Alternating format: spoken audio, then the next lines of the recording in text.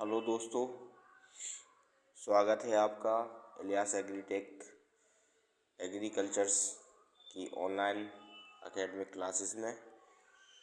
आज का टॉपिक होगा वन शब्दावली यानी फॉरेस्ट टर्मिनोलॉजी। ऐसे टर्मिनोलॉजी या ऐसे बेसिक क्वेश्चंस जो अक्सर दो दो नंबर में एक एक नंबर में आते हैं और बच्चे उनको कर नहीं पाते, तो आज उन्हीं के बारे में चर्चा होगी। तो वन शब्दावली, सबसे पहले बात करते हैं एकड़ की। एकड़ शब्द क्या है? ये हमारे बुंदेलखंडी क्षेत्र में बुंदेलखंड क्षेत्र में चलने वाला एक ऐसा शब्द है जो कृषि जोतों को दर्शाता है। कहीं कहीं इसको बीघा, एकड़ और नॉर्मल पैमाने के अनुसार हम इसको 1 हेक्टेयर या हेक्टेयर में रिप्रेजेंट करते हैं। जब भी हम किसी फसल को काटते हैं तो काटने के बाद जो उपज आती है उस उपज को हम हेक्टेयर में ही दर्शाते हैं। ये हमारी कृषि जोतें हैं। तो सबसे पहला है आपका एकड़। एकड़ 43,560 वर्ग फीट का एक ऐसा भूमि क्षेत्र है जिस पर हम कृषि कार्य को कर सकते हैं। ये लगभग 30 फीट के आसपास का एरिया होता है। बीघा इसी से मिलकर के बनता है, जो हेक्टेयर है वो भी इसी का सम्मिलित रूप है। इसके बाद अगला है आपका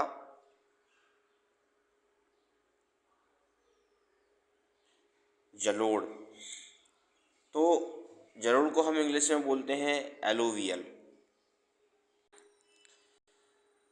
बारिश के महीने में जब नदियों का उफान अपनी चरम सीमा पर होता है, पानी अपनी विशालकाय स्थिति में होता है, तब जो है पानी के साथ बह कर के कई प्रकार की शैवाल, कई प्रकार की धूल, मिट्टी के कण आदि जो है बह कर के एक स्थान से दूसरे स्थान पर परिवर्तित हो जाया करते हैं।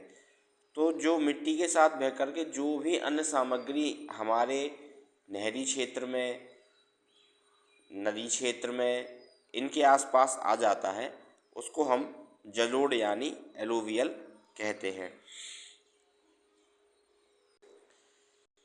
इसके बाद अगला है आपका बेसल एरिया या बेसल। इसको हम बेसल क्षेत्र और बेसल एरिया भी कहते हैं। ये एक पेड़ के तने के वह क्रॉस अनुभागीय क्षेत्र का पैमाना होता है जिसमें वृक्ष की छाल भी सम्मिलित है।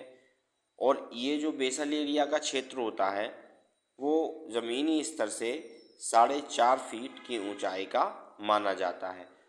और अगर इसको मीटर में बात करें तो 1.3 मीटर हम इसका पैमाना मान करके चलते हैं। इसके बाद अगला आता है स्तन ऊंचाई। इसके बाद अगला है आपका स्तन ऊंचाई। स्तन ऊंचाई में जब हम वानिकी मेंसुरेशन या ज्यामिति वाला पोर्शन पढ़ते हैं तो हम जब अपना कोई बिजनेस या कुछ भी ऐसा जो हमारा वन उपज वन संपदा से संबंधित होता है, जब हम लकड़ी का उत्पादन करने के लिए वृक्षों को लगाते हैं, जिसका हमारा मेन मकसद, मेन मोटिव केवल लकड़ी उत्पादन या काष्ठ उत्पादन ही होता है, उसके लिए जो स्तन ऊंचाई होती है उसका जो पैमाना होता है वो भी आपका ज़मीनी लेवल से 1.35 मीटर की ऊंचाई पर माना जाता है, जो कि आपका बेसल क्षेत्र से कनेक्ट होता है, बेसल क्षेत्र से जुड़ा हुआ होता है। अगर इसको मीटर में देखा जाए तो 1.3 मीटर, और अगर इसको फिट में देखा जाए वर्ग फीट में तो 4.5 वर्ग फीट की जो ज़मीनी स्तर से ऊंचाई होती है उस पर इसका आकलन किया जाता है।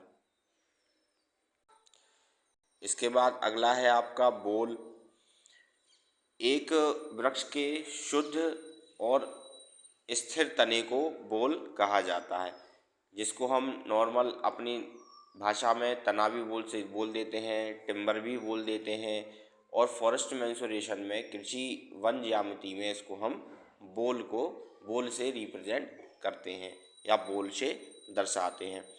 इसके बाद अगला है आपका काटन चक्र। आमतौर पर देखा जाए तो एक वृक्ष का जो काटन चक्र होता है वो 10 वर्ष से अधिक का होता है, यानी नॉर्मल बेस पे 10 वर्ष का तो होता ही है, जिससे हमें वृक्ष की अच्छे से अच्छी उपज, अच्छे से अच्छी लकड़ी प्राप्त होती है। लेकिन कभी कभी हमारी जो परिस्थितियां हैं वो उल्टी हो जाती हैं। हमारी आवश्यकता के अनुसार हमें जो है वृक्ष को ज़रूरत के आधार पर बहुत जल्दी ही काटना पड़ता है।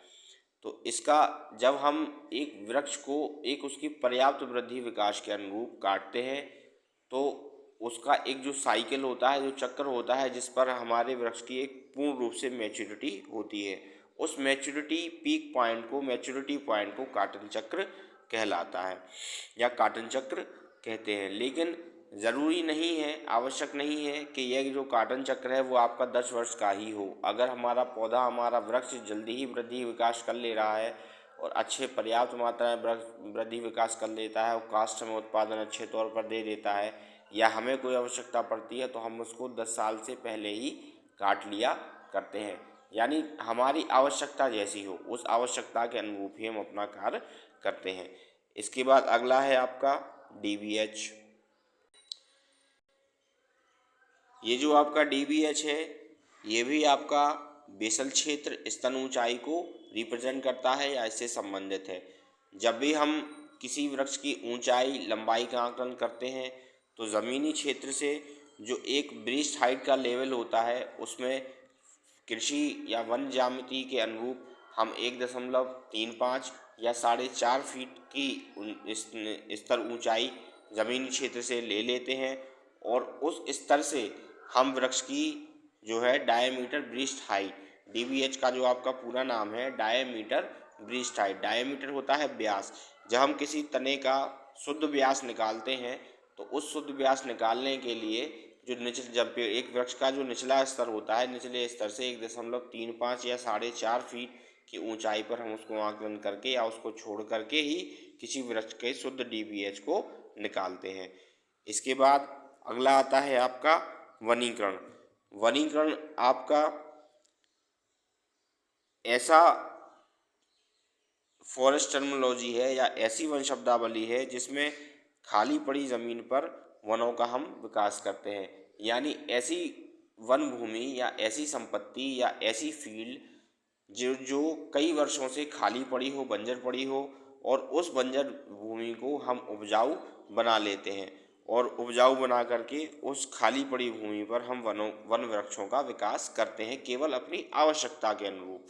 इसके बाद अगला आपका आता है उम्र वर्ग। उम्र वर्ग आपकी वो फॉरेस्ट टर्मिनोलॉजी है, वो वन शब्दावली है जैसे जब हम आकलन करते हैं किसी व्यावसायिक तौर पर तो हम एक शुद्ध वन उपज के लिए या शुद्ध काष्ठ उत्पादन के लिए एक उम्र के अनुसार वन संपदा को डिवाइड कर लेते हैं। तो ऐसे वन वृक्ष या ऐसी वृक्ष की प्रजातियां जिनका जो प्रसारण है वो सीधा एक प्राकृतिक घटना के फलस्वरूप होता है, चाहे वह बीज के माध्यम से हो, चाहे वह किसी प्राकृतिक आपदा के कारण हो। तो ऐसी एक उम्र के ऐसे सभी वृक्ष या ऐसे सभी पौधे जिनकी उत्पत्ति एक प्राकृतिक घटना के फलस्वरूप होती हो, अब चाहे वह बीज के माध्यम से भी हो सकती है, वह कोपिस के माध्यम से भी हो सकती है, कर्तन के माध्यम से भी हो सकती है, उसका माध्यम कुछ भी हो सकता है। तो उस वर्ग के सभी पौधे जो एक कैटेगरी के होते हैं या जिनका प्रसारण, जिनका डेवलपमेंट एक कैटेगरी के अनुसार होता है, एक ही क्रिया से होता है, एक ही प्रोसेस से होता है, उस वर्ग के सभी पौधों को हम उम्र वर्ग के रूप में फिक्स कर लेते हैं। इसके बाद अगला है आपका कृत्रिम प्रसारण, इसको हम आर्टिफिशियल रीजनरेशन कहते हैं। इसमें भी एक उम्र के वे सभी पौधे या वृक्ष, उनका समूह जिसका सीधा विकास या तो बीज से होता है या पौधे के किसी भाग से, कर्तन से, कोपिस से, किसी भी माध्यम से किया जाता है, ऐसे प्रसारण को हम कृत्रिम प्रसारण कहते हैं।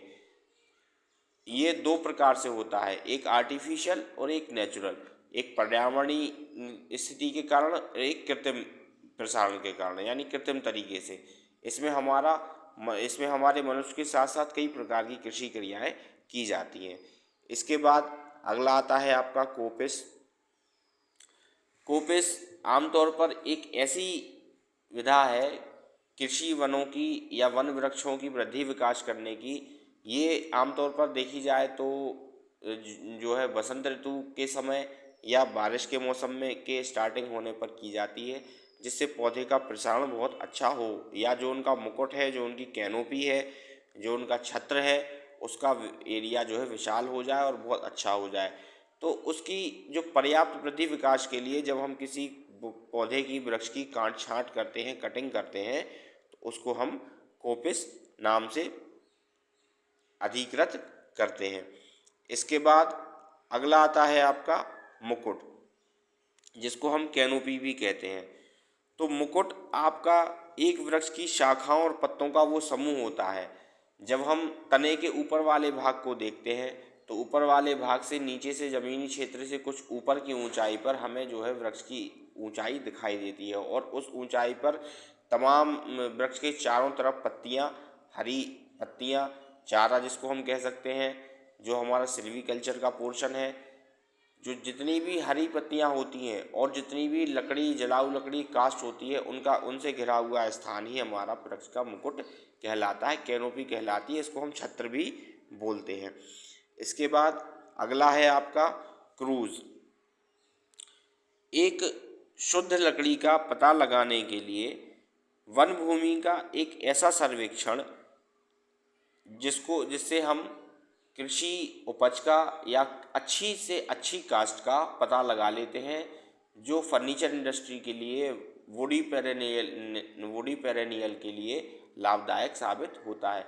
जो भी हमें तमाम उपज होती है जो हमें कृषि वनों से मिलती है या वन वृक्षों से मिलती है, उसका जो आकलन है, उसकी जो उपज है, उस उपज का एक छोटा सा सर्वेक्षण है, उस सर्वेक्षण का नाम क्रूज है। इसी के साथ मैं आशा करता हूँ कि आज का ये जो वीडियो है आपको बहुत पसंद आया हो और आपको इसके माध्यम से मुख्य सामग्री प्राप्त हुई हो।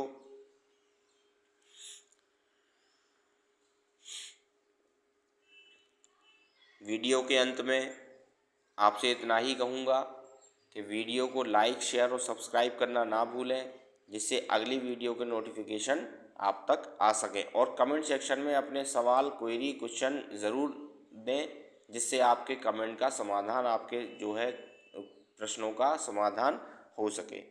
धन्यवाद।